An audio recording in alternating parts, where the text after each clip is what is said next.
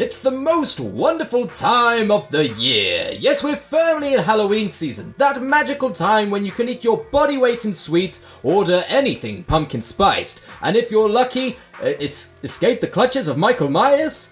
But before we get to all of that, we have the small matter of October's game releases for your favorite console and mine, the Nintendo Switch. So grab your chainsaw and Necronomicon as we go splattering our way through the highlights.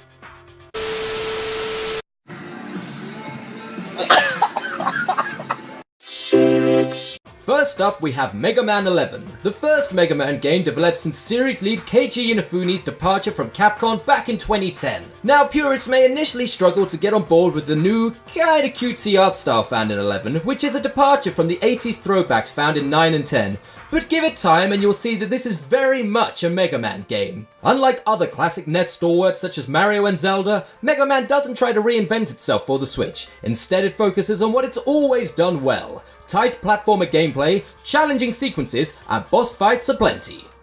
Next up is the cacophonous bonanza that is Super Mario Party. A collection of virtual board games interspliced with minigames, this entry into the series serves as one of the last bastions of dedicated local co-op, and boy, does it do it well. Playable for 1 to 4 players, one thing the game does that I really like is that it makes you play with one Joy-Con each. No Pro controllers allowed here.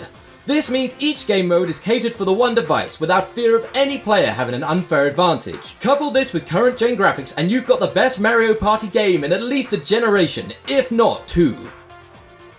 For this month's obligatory port release, we have Dark Souls Remastered. Originally scheduled for release back in May, it's definitely worth the wait as it looks stunning and plays even better on the portable console.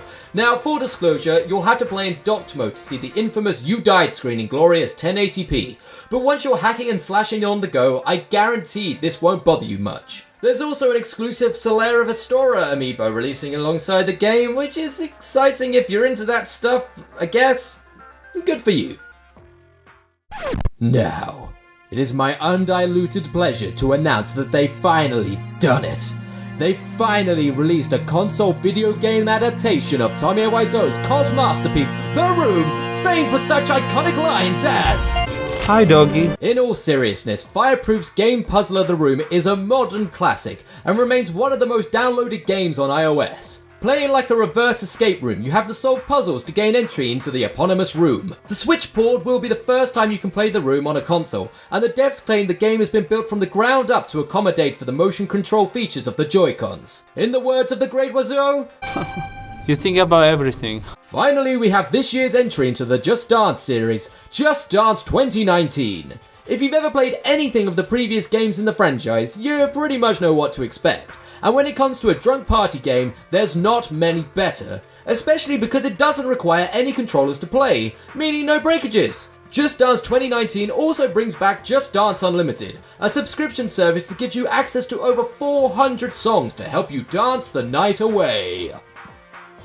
And that's a wrap on the best releases from October. What are your favourite games from the month? Let us know in the comments below and don't forget to like, share and subscribe for more great content.